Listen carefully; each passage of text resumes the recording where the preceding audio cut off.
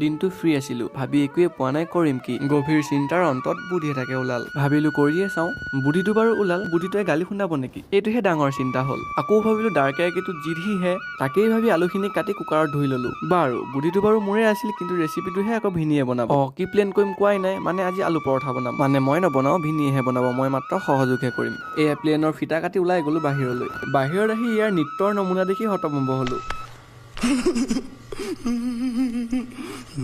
Extra কলা দিয়াৰ অভাৱত ৫ পৰাই বাচিলো। খিনি লাগি থাকে মানে ধনিয়া পাতকে বুটলো, মই নহয় ইহে বুটলি। তেনেকে নহয়, এনেকে উহালি দিয়া। ইয়াৰ নমুনা দেখি অৱশেষত ময়ে বুটলিলো। ইফালে কলা জিৰাৰ পৃথকীকৰণ প্ৰচেষ্টাও শেষ হ'ল। ইয়াৰ পাছতেই ভিনি লাগি গ'ল সংমিশ্ৰণৰ কাৰ্যত। উৎপাত ইয়াৰ আকৌ বাঢ়িল। বনাম কি বনাম কেনেকুৱা গুলি বনাম এইবিলাক কোৱা আহি মোক এনেকুৱা গুলি বনাম অকণমানি মানে কেনেকুৱা মাৰিব পৰাকে